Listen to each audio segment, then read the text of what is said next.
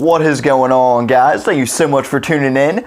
Now, today, what I wanted to get into is why I think bulk vending is the best way to get started in the business.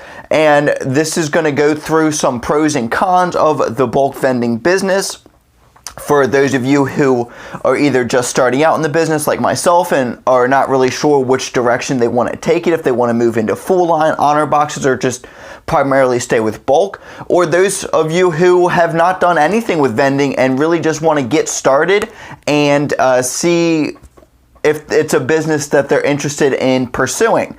And the beauty about bulk vending is it gives you the ability to step into the vending business without getting too vested.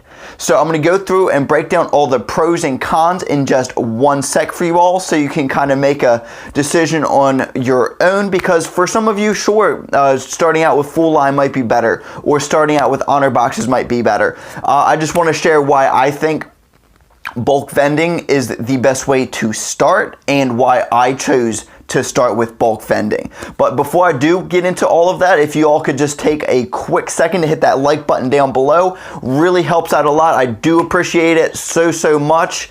And make sure you subscribe for more awesome content if you have not subscribed already.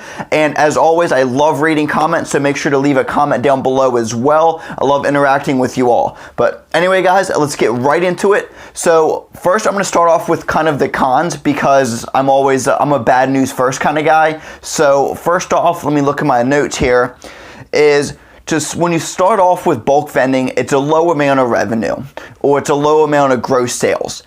And that's counteracted by the fact that the machines are relatively cheap, but the average bulk machine makes about $10 per month. So really not a lot of money right up front for a location.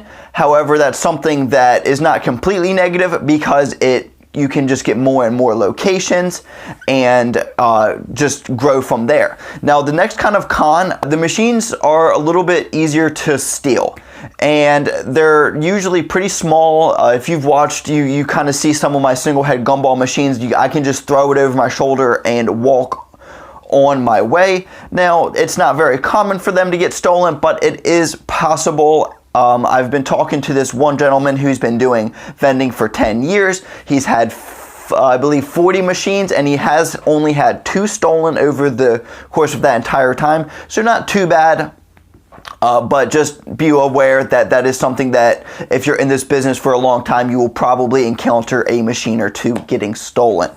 Now, the last kind of negative thing about bulk vending that I have here is that if you overfill your machines, the candy can expire pretty easily if it's not selling quick enough. Now, this is a mistake that I have personally made.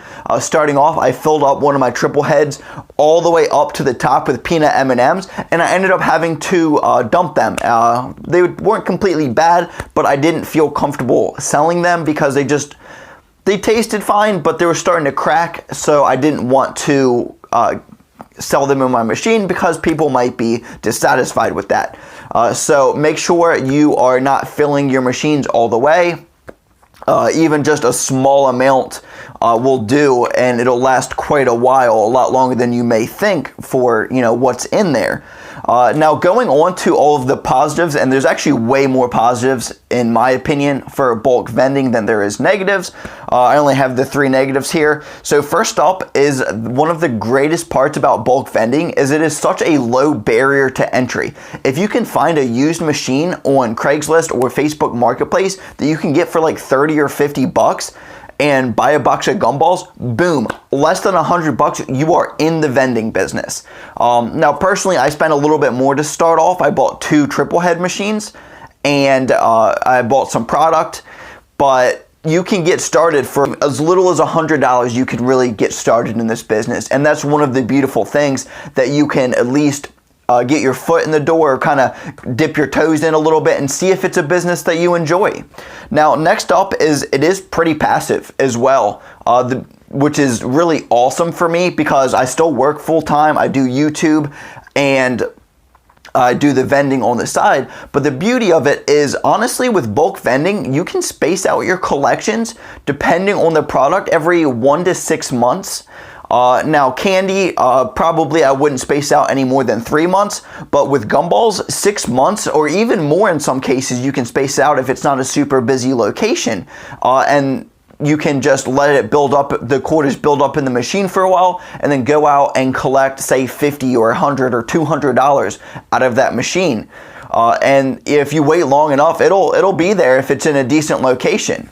Now, getting to my next one is with bulk vending, it is incredibly easy to get locations.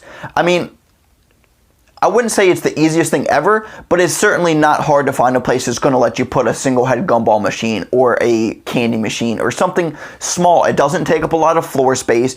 You say you give them 10% if they're really apprehensive, and people go for that. It's not a lot of floor space. It's not a lot of maintenance. They don't have to do anything. It just sits there, takes up 2 feet of floor space. That is it. Now with full line, you have to have an outlet. You have to have a place to plug it in and everything. You almost always have to give them commission because you're using their electricity, and it's a lot more active as well. Touching on my previous point I made about bulk vending, it being passive, with full line it's a lot more active.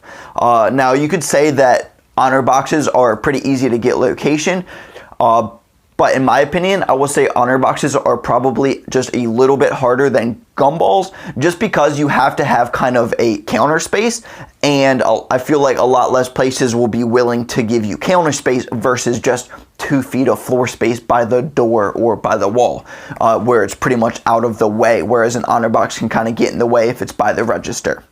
Now, next up is bulk vending does have a pretty high ROI on product. Now, granted, that depends on which product you're vending. For gumballs, you can buy a pack or a box of 1-inch gumballs for like $22 on Sam's Club. I don't know, it's somewhere around that price, but it breaks down that it's 2.7 cents per gumball that you sell for a quarter. So you can do the math on that. It's huge margins for gumballs. Now, some of the other ones are a little bit less, whereas like the peanut M&Ms cost about 10 to 13 cents per vend if you're vending like 6 or so.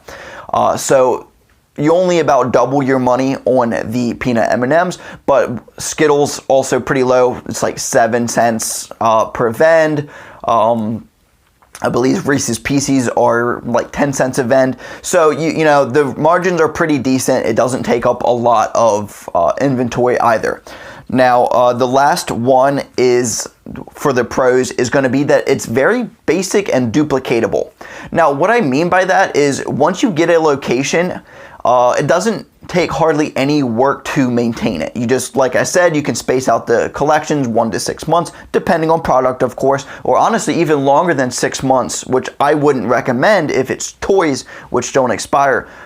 Definitely you want to be showing your face to the business at least every 1 to 3 months, in my opinion, but you can get away with longer, and I've known others in the business that do longer longer cycles. But getting back on topic for this last one is that it's very duplicatable, as in you go to a shop, you get a yes, you put a machine there, and you service it once a month or once every 2 months or whatever. Then you go to another shop, you do the same thing, and then you just keep duplicating the process. Now eventually you're probably going to get a couple ones that do not perform very well, so you're probably going to pull those out and try to find new locations. Or I know some people who just will leave it there even if it's only doing $2-3 a month, and just space it out every several months with gumballs. So very duplicatable. You can really multiply this very, very easily. I started with 2 machines and I just kept collecting, reinvesting. Now I'm up to 9, and I do actually have some really exciting news coming up. I'll do a video on it when it's all said and done, but big money moves are being made. I'm in the process of working everything out, and I will keep you all updated on what's going on with that.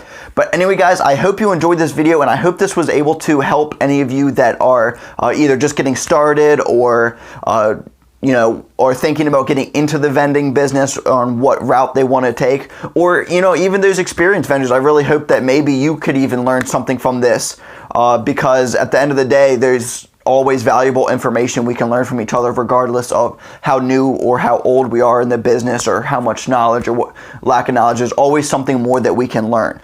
Anyway, guys, that is going to wrap up today's video. If you enjoyed this video, please make sure you hit that like button down below, or if it helped you out at all, please make sure you hit that like button. Subscribe if you haven't already, and leave a comment down below, a useful vending tip if you're in the vending business, so that we can all learn from each other. Anyway, guys, I will catch you all in the next one.